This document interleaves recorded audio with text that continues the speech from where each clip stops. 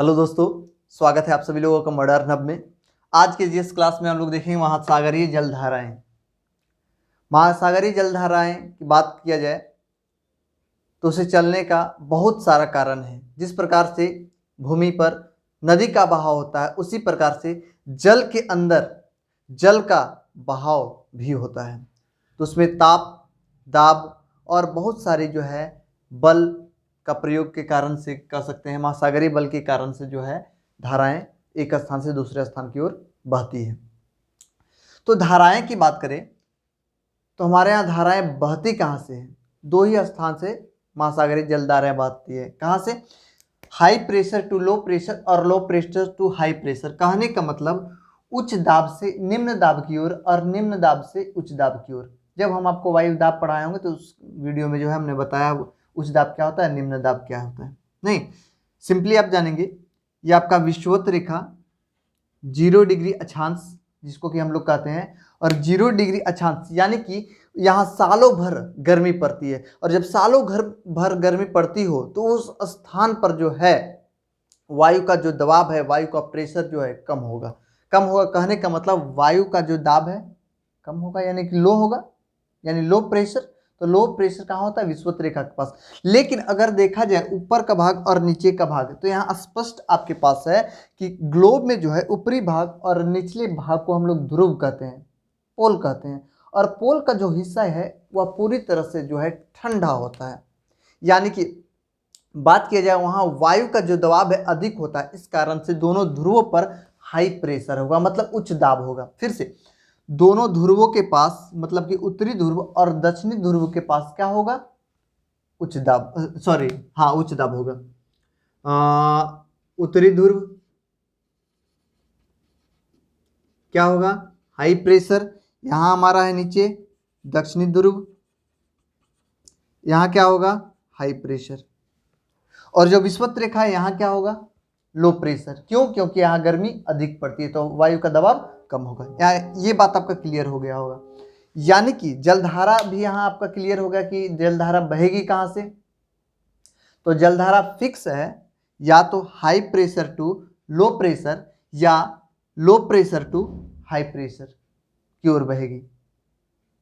सबसे बड़ी पॉइंट इसमें जो है कि जलधारा दो प्रकार की होती है। कौन जलधारा? महासागरीय जलधारा। एक गर्म जलधारा और दूसरी ठंडी जलधारा। मतलब कितने प्रकार के? दो प्रकार की जलधारा। और जब बात करेंगे दो प्रकार की जलधारा की, तो जब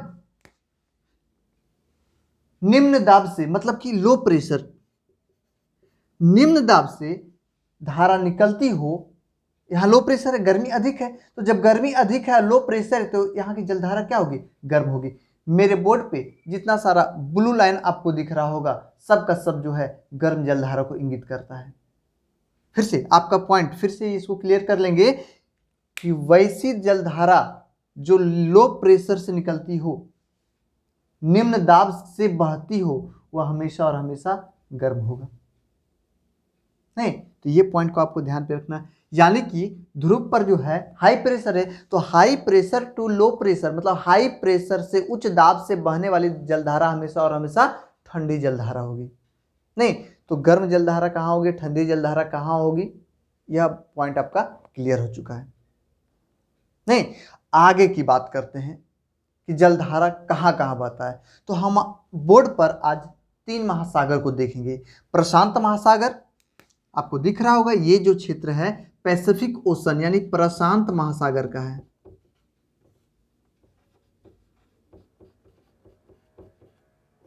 नहीं, यह भी क्षेत्र प्रशांत महासागर का है।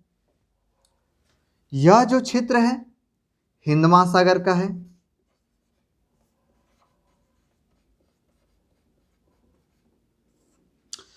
और यह जो क्षेत्र है अटलांटिक महासागर है। यानी बात करें विषुवत रेखा के ऊपरी भाग को, तो यह जो है हमारा उत्तरी अटलांटिक और यह भाग जो है दक्षिणी अटलांटिक कहलाएगा। नहीं, ये पॉइंट क्लियर, यह उत्तरी अटलांटिक और यह दक्षिणी अटलांटिक हो गया।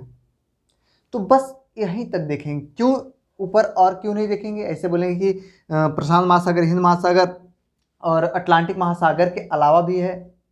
नहीं, आर्कटिक महासागर, तो उसके बारे में क्यों नहीं? तो भाई उसके बारे में पढ़ने की जरूरत बिल्कुल नहीं है, पूरी तरह से इसे ध्रुवीय भाग है और उसके बारे में प्रश्न आता भी नहीं। जहाँ से प्रश्न उठाए जाते हैं वही उसी को हम लोग देखेंगे। सबसे पहले आते हैं हिंद महासागर में उठने वाली या बहने वाली जलधारा। तो हिंद महासागर में कौन कौन बहेगा भाई, जरा गौर करेंगे।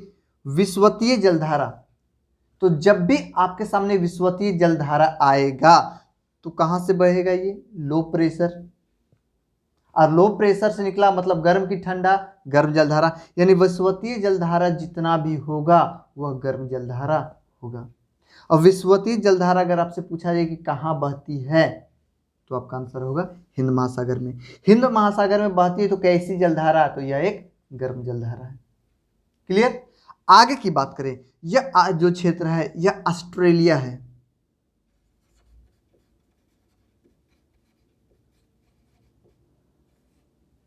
कौन है? ऑस्ट्रेलिया। और बात करेंगे कि ऑस्ट्रेलिया के पश्चिमी भाग से जो जलधारा बहती है उसका नाम क्या है? तो ये पश्चिमी ऑस्ट्रेलियन जलधारा।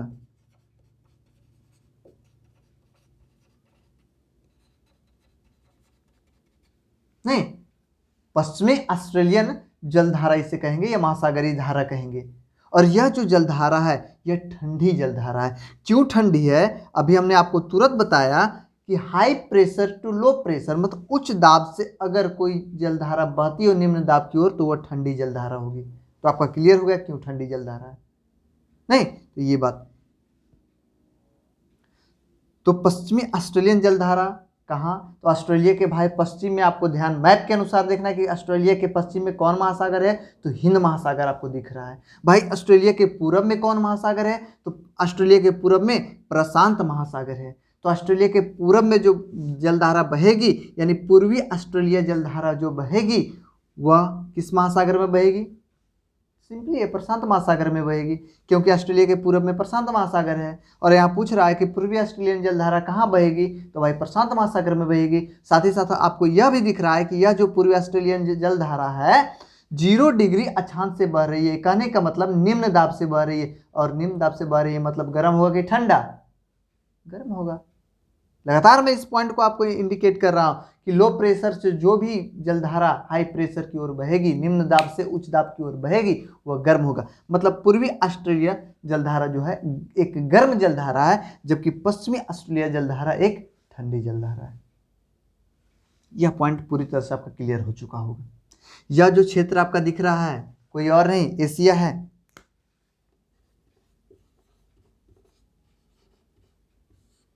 मतलब एक पॉइंट और आपका क्लियर कर लीजिए फिर से मैप की सहायता से, एशिया के पूरब में प्रशांत महासागर है और एशिया के दक्षिण में हिंद महासागर है।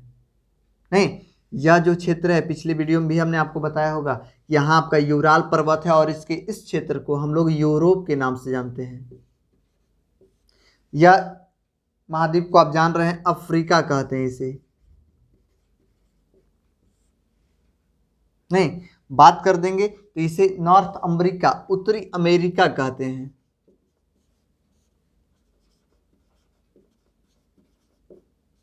और इसे दक्षिणी अमेरिका। नहीं, हाँ, तो बात कर रहे थे हिंद महासागर की।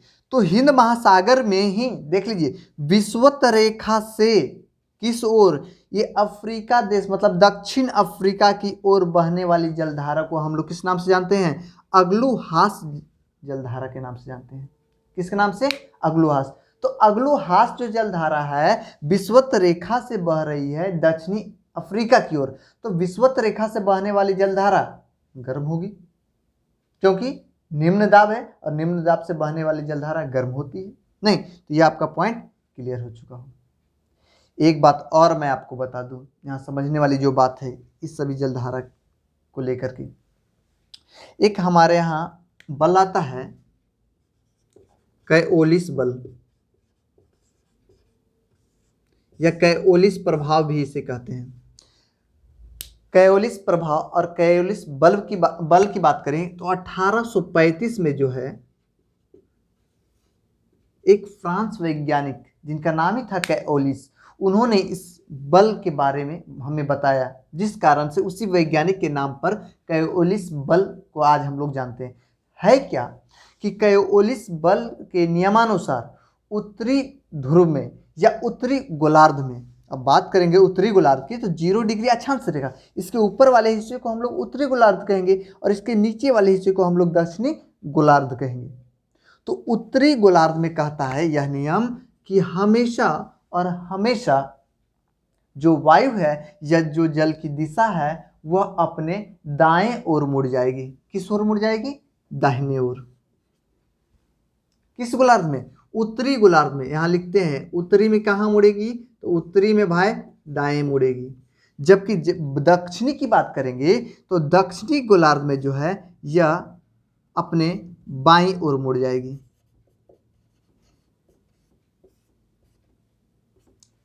दक्षिणी गोलार्ध में जल जो है या वायु जो है अपने किस ओर मुड़ती है? बाईं ओर मुड़ती है। तो इस बल का नाम, मतलब किस बल के कारण मुड़ती है? तो कोरियोलिस बल के कारण यह घटना होता है या यह क्रिया होती है। इसे फेरल के नियमानुसार भी कर सकते हैं।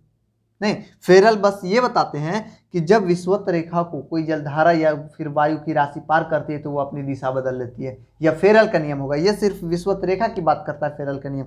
जबकि कोरियोलिस बल जो है पूरी तरह से उत्तरी गोलार्ध की बात किया। फिर से ध्यान रखेंगे इस बल के बारे में। इस बल के बारे में यह ध्यान रखना है कि उत्तरी गोलार्ध में दक्षिणी ओर और दक्षिणी गोलार्ध में बाईं ओर मुड़ती है, वह जल हो या वायु की राशि हो। नहीं, यह पॉइंट आपका क्लियर हो चुका होगा। नहीं, आगे की बात करते हैं हम लोग। तो हम लोग देख लिए कि हिंद महासागर में कौन कौन? विषुवतीय जलधारा, अग्लुहास जलधारा, पश्चिमी ऑस्ट्रेलियन जलधारा, ये तीनों को आपको ध्यान पे रखने हैं। चलिए आते हैं आगे प्रशांत महासागर की। जब प्रशांत महासागर की बात कर देंगे तो उत्तरी प्रशांत महासागर, उत्तर दक्षिण आपका क्लियर है ना, ये भाग उत्तरी प्रशांत और ये भाग यानी 0 डिग्री से नीचे दक्षिणी प्रशांत होगा।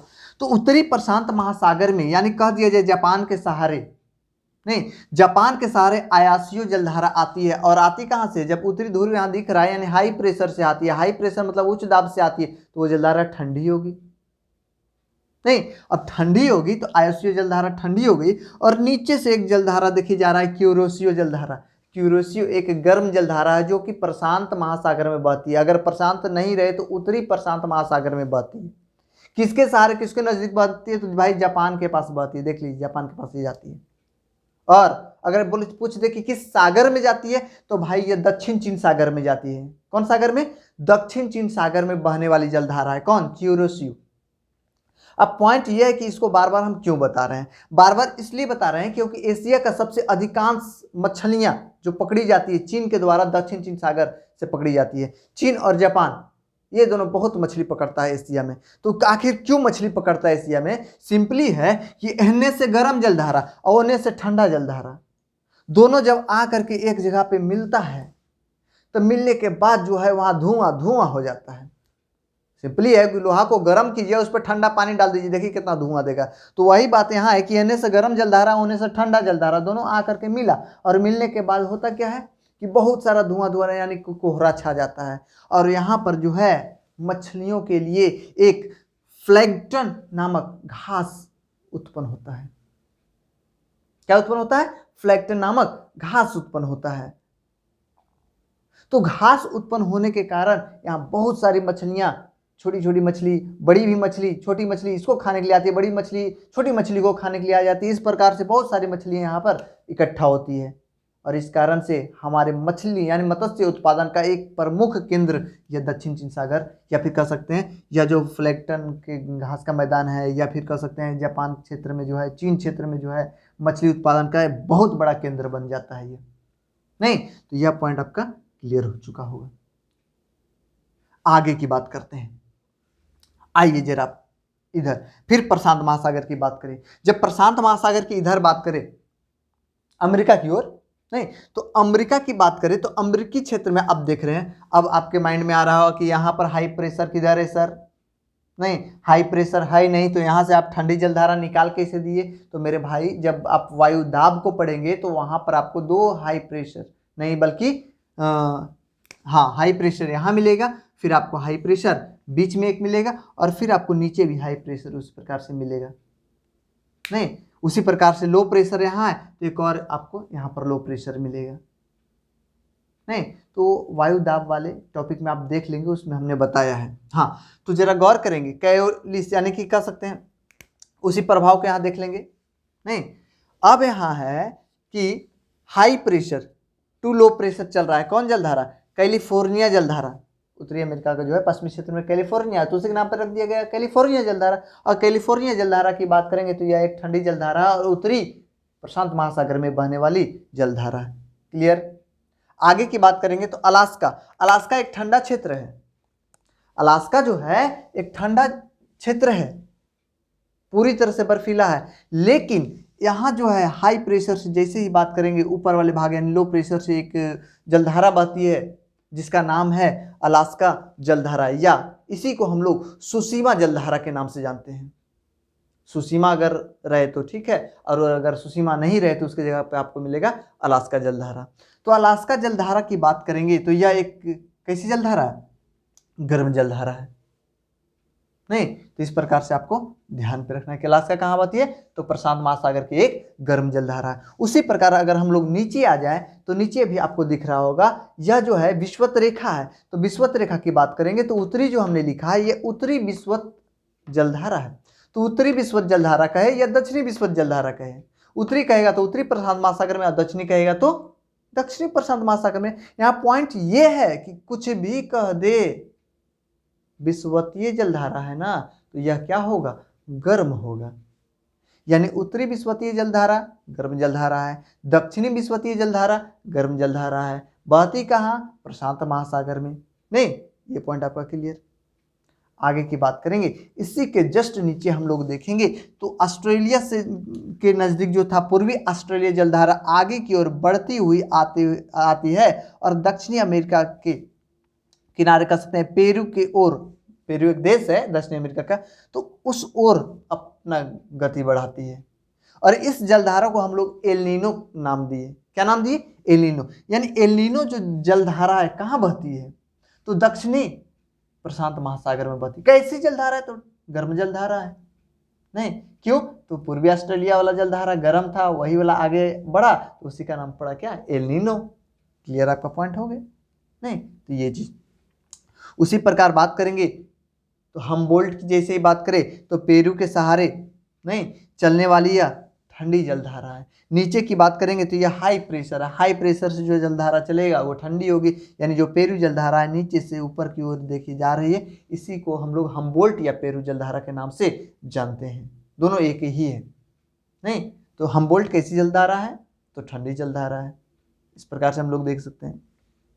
यही जब जलधारा आगे की ओर बढ़ती है तो इसी का जो है नाम बदल जाता है और वह फॉकलैंड जलधारा कहलाता है। यानी हमबोल्ट पेरू जलधारा जब इस ओर बहती है, पूर्व की ओर बहती है, तो बहने के पश्चात जो है यह फॉकलैंड नामक स्थान से गुजरती है। इस कारण से इसका नाम जो स्थानीय नाम फॉकलैंड दिया गया है। तो फॉकलैंड जलधारा भी एक कैसी जलधारा है? तो ठंडी जलधारा, क्योंकि यह भी ध्रुवीय प्रदेश से निकल के आगे की ओर बढ़ी। नहीं, तो फॉकलैंड भी आपका ठंडा जलधारा होगा। ये पॉइंट आपका क्लियर हो चुका होगा। नेक्स्ट बात करते हैं आगे की पॉइंट की। आगे की पॉइंट की जरा हम बात करें तो देखेंगे यह उत्तरी अटलांटिक और यह दक्षिणी अटलांटिक, दोनों अटलांटिक ही है। अभी तक हम लोगों ने देखा हिंद महासागर, प्रशांत महासागर और अब देखने वाले हैं अटलांटिक महासागर। तो जब अटलांटिक महासागर की बात कर दें तो अटलांटिक महासागर में भी सेम कंडीशन, यहाँ भी गर्म और ठंडा दोनों। देख लीजिएगा, विषुवत रेखा से मैक्सिको होते हुए ऊपर की ओर जो जलधारा बहती है उसे हम लोग गल्फ स्ट्रीम कहते हैं। क्या कहते हैं? गल्फ स्ट्रीम, जो कि एक गर्म जलधारा है। गल्फ स्ट्रीम जलधारा इधर से होते हुए यूरोपीय भाग से होते हुए उत्तरी अटलांटिक से होते हुए ऊपर की ओर गुजरती है। यानी आगे चल करके गल्फ स्ट्रीम का ही नाम जो है उत्तरी अटलांटिक जलधारा पड़ता है। यानी गल्फ स्ट्रीम एक गर्म जलधारा है तो उत्तरी अटलांटिक धारा भी कैसा होगा? गर्म जलधारा होगा। गल्फ स्ट्रीम को यूरोप का कंबल भी कहा जाता है, क्योंकि गल्फ स्ट्रीम पूरी तरह से गर्म है और जब यह यूरोपीय भाग में जाता है तो वहाँ का मौसम काफ़ी सुहाना कर देता है, खुशनुमा कर देता है, पूरी तरह से जो है वहाँ ठंड कम हो जाता है इस जलधारा के कारण। इस कारण से इसे यूरोप का कंबल भी कहा जाता है। नहीं, इस प्रकार से आगे बात करेंगे तो गल्फ स्ट्रीम जब आगे की ओर बहती है यानी उत्तरी अटलांटिक में जाती है और उधर से ऊपर से जो है लेब्राडोर जो कि ग्रीनलैंड से निकट से होकर के गुजरती है। लेब्राडोर एक ठंडी जलधारा है जो कि आप देख रहे हैं high pressure to low pressure की ओर आ रही है, नीचे की ओर आ रही है। तो लेब्राडोर एक ठंडी जलधारा है और गल्फ स्ट्रीम एक गर्म जलधारा है। दोनों आकर के इस जगह पर के आकर के मिली, कहने का मतलब अमेरिका के पास आकर के मिली।